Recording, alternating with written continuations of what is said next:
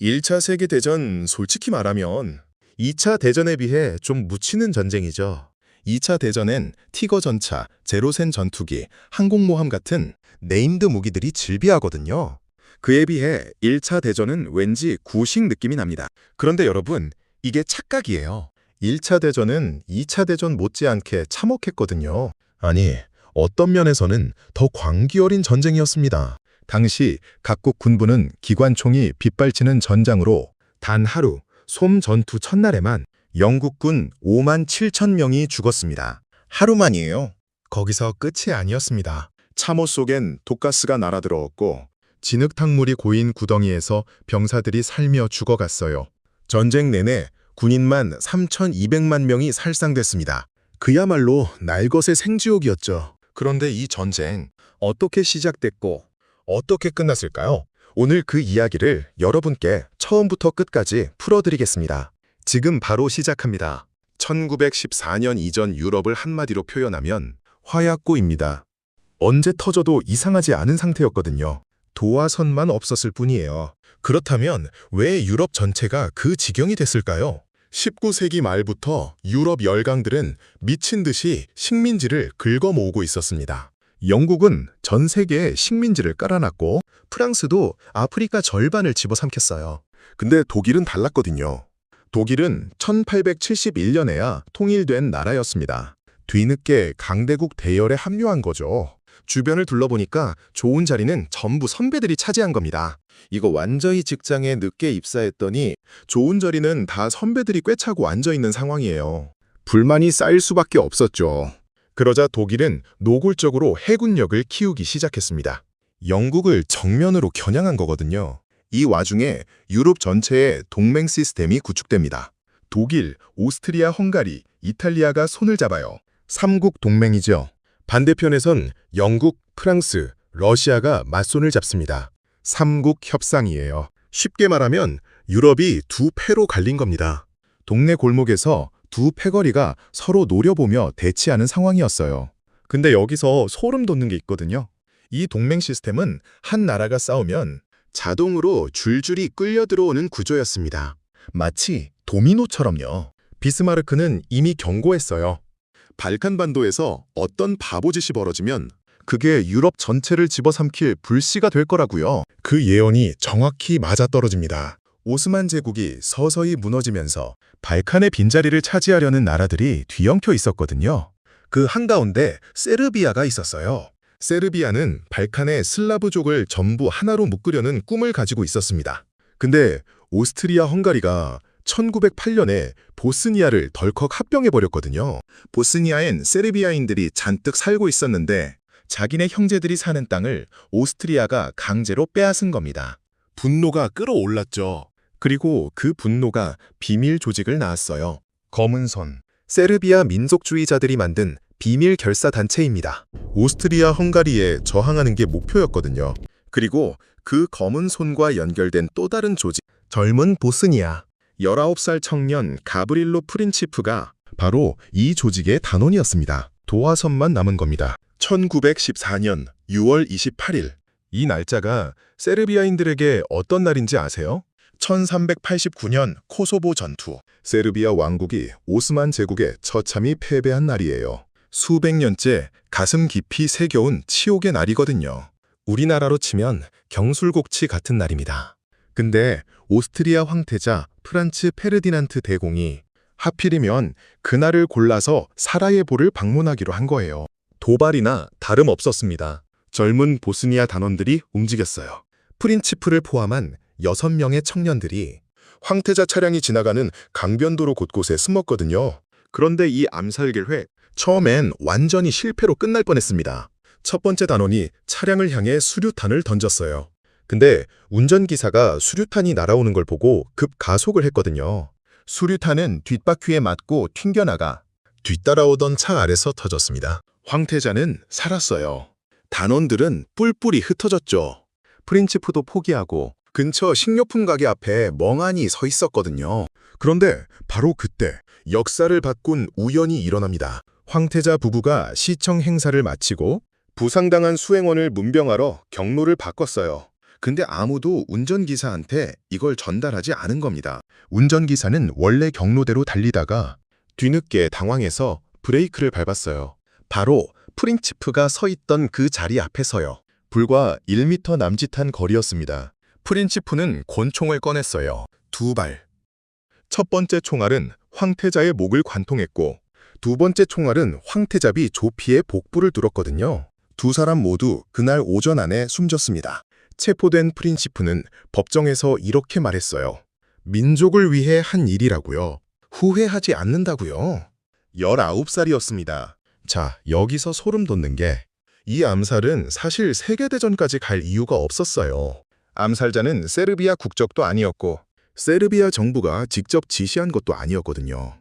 그런데 오스트리아는 이걸 전쟁의 구실로 삼기로 했습니다. 오래전부터 세르비아를 짓밟고 싶었던 속내가 있었거든요.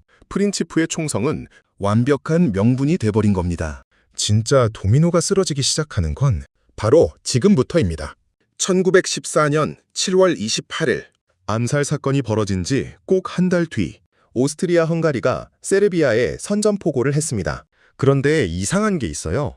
암살 직후 바로 선전포고를 했으면 그냥 국지전으로 끝났을 겁니다. 왜 한 달이나 걸렸을까요? 오스트리아에겐 고민이 있었어요. 세르비아 뒤에 러시아가 버티고 있었거든요. 세르비아를 건드리면 러시아가 끼어들 게 뻔했습니다. 그래서 오스트리아는 먼저 독일의 손을 내밀었어요. 우리 편 들어줄 거지?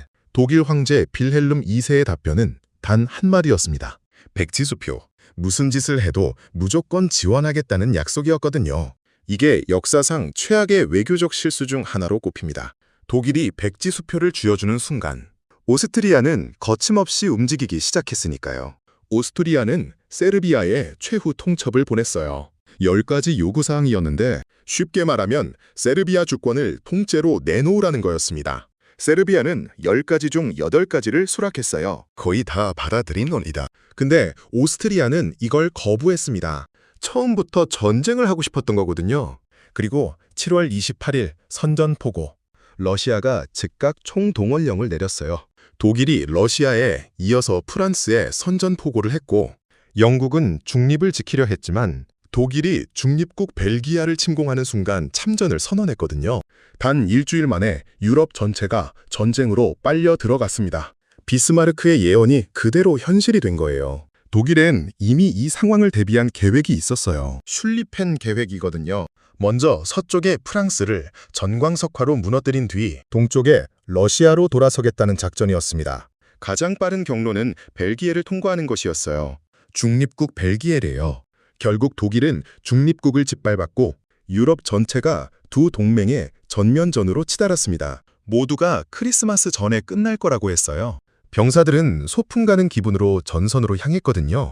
영국에선 전쟁 발발 2달 만에 자원 입대자가 무려 76만 명이었습니다. 아무도 몰랐어요. 이 전쟁이 4년을 끌 줄은요. 그리고 얼마나 끔찍한 방식으로 치러질지도요. 진짜 지옥은 이제부터였습니다. 서부전선 1914년 가을 독일군이 파리 코앞까지 밀고 들어왔습니다. 슐리펜 계획대로라면 여기서 프랑스를 무너뜨려야 했는데 뭔가 이상했어요. 프랑스군이 마른 강에서 버텼습니다. 독일군의 진격이 딱 멈춰섰어요. 파리 함락은 실패했습니다. 그러자 양측은 똑같이 상대방 옆구리를 찌르자라고 생각했어요. 독일군과 연합군이 서로 측면을 포위하려고 북쪽으로 이동하기 시작했습니다. 이걸 바다로의 경주라고 부르거든요. 근데 결국 둘 다 북해 바닷가에 막혀버렸어요. 더 이상 옆으로 갈 곳이 없어진 겁니다. 양측은 땅을 파기 시작했습니다. 참호였어요.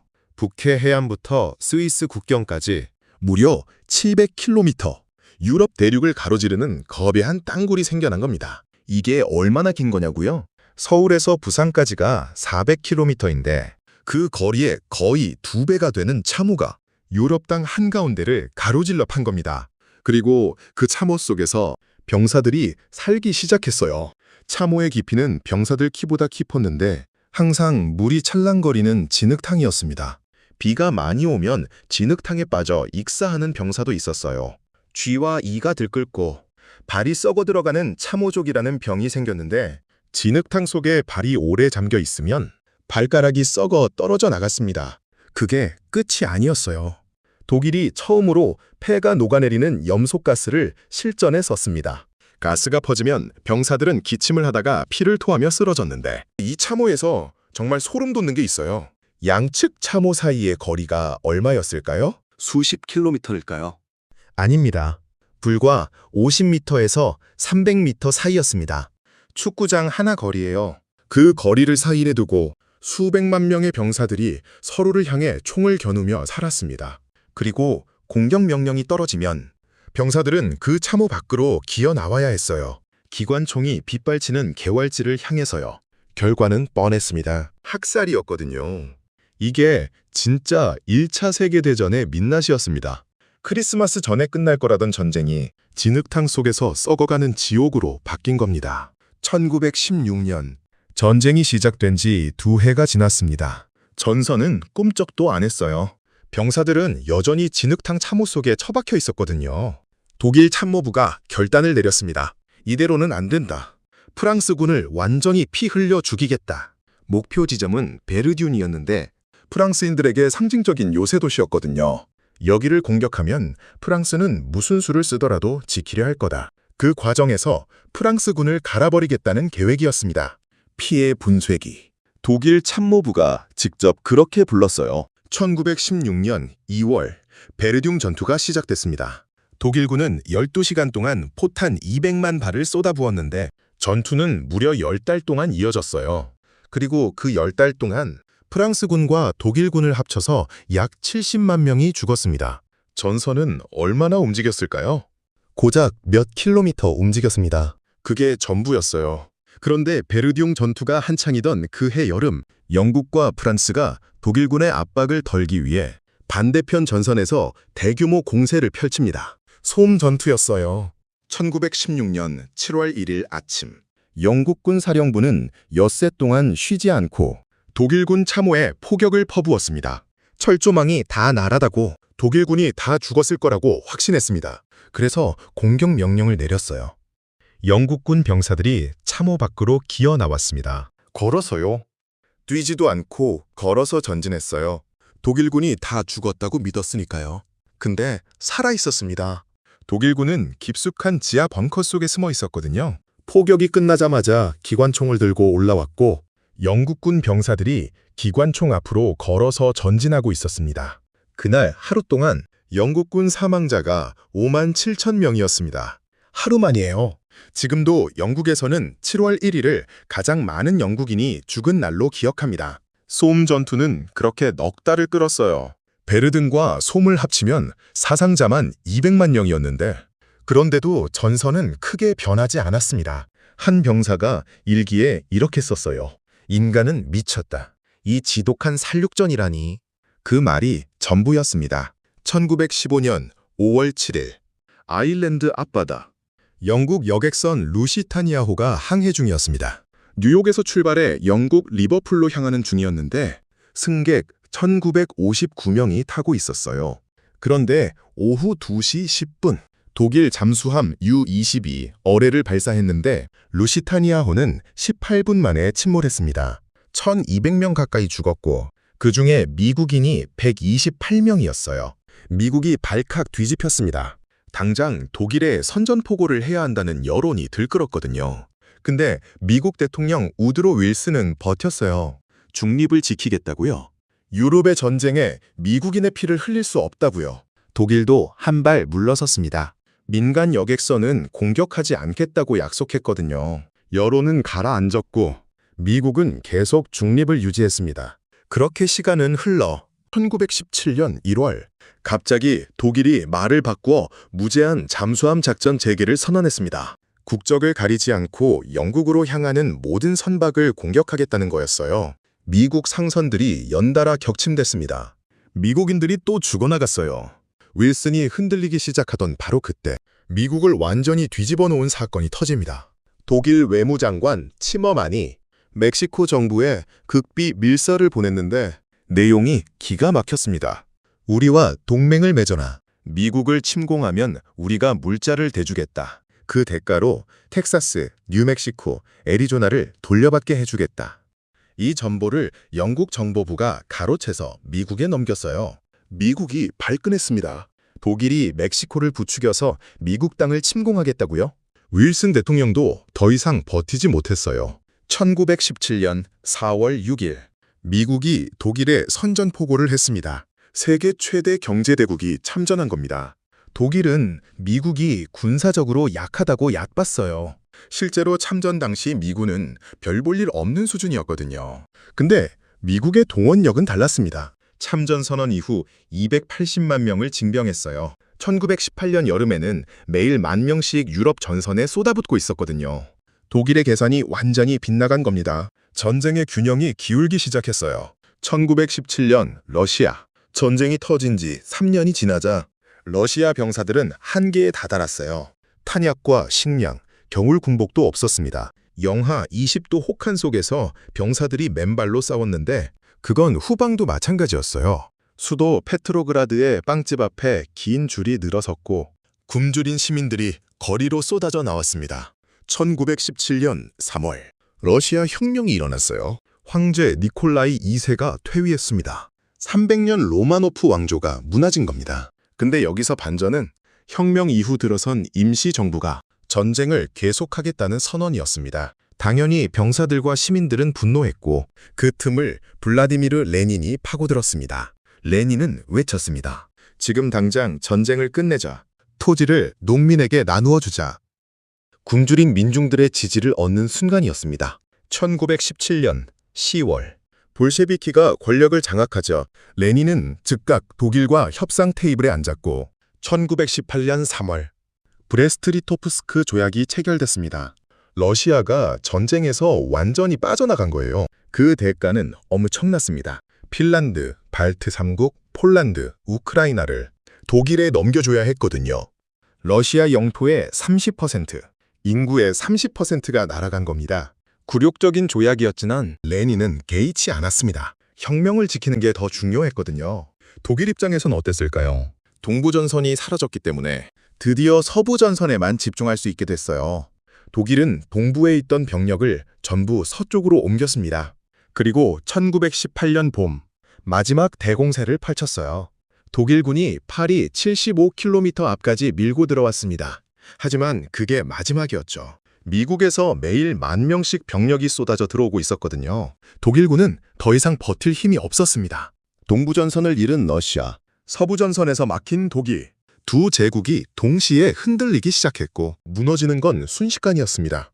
1918년 11월 11일 오전 11시 서부전선의 총성이 멈췄습니다. 어떻게 이렇게 갑자기 끝났을까요? 1918년 여름부터 독일군은 무너지고 있었는데 미국 병력이 쏟아져 들어오면서 연합군이 100일 공세를 펼쳤습니다. 독일군 참호가 하나씩 뚫리기 시작했고 독일 내부도 붕괴하고 있었습니다. 영국 해군의 봉쇄로 식량이 끊겼거든요. 그해 10월 독일 해군이 마지막 결전을 명령했습니다. 북해로 나가서 영국 해군과 싸우라는 거였는데 수병들이 거부했습니다. 죽으러 나가는 게 뻔한데 왜 나가냐는 겁니다. 킬 군항에서 수병들이 반란을 일으켰어요. 그 불씨가 삽시간에 독일 전역으로 번졌습니다. 1918년 11월 9일 독일 황제 빌헬름 2세가 퇴위했습니다. 그리고 이틀 뒤 11월 11일 오전 11시 휴전협정이 발효됐고 총성이 멈췄습니다. 그런데 소름 돋는 게 있어요. 종전일인 11월 11일에도 10,000명 이상이 죽었거든요. 휴전협정이 오전 11시에 발효된다는 걸 알면서도 양측 지휘관들이 그날 아침까지 공격 명령을 내렸습니다. 마지막 훈장을 따려는 장군들 때문에 병사들이 마지막 날까지 죽어갔던 거예요.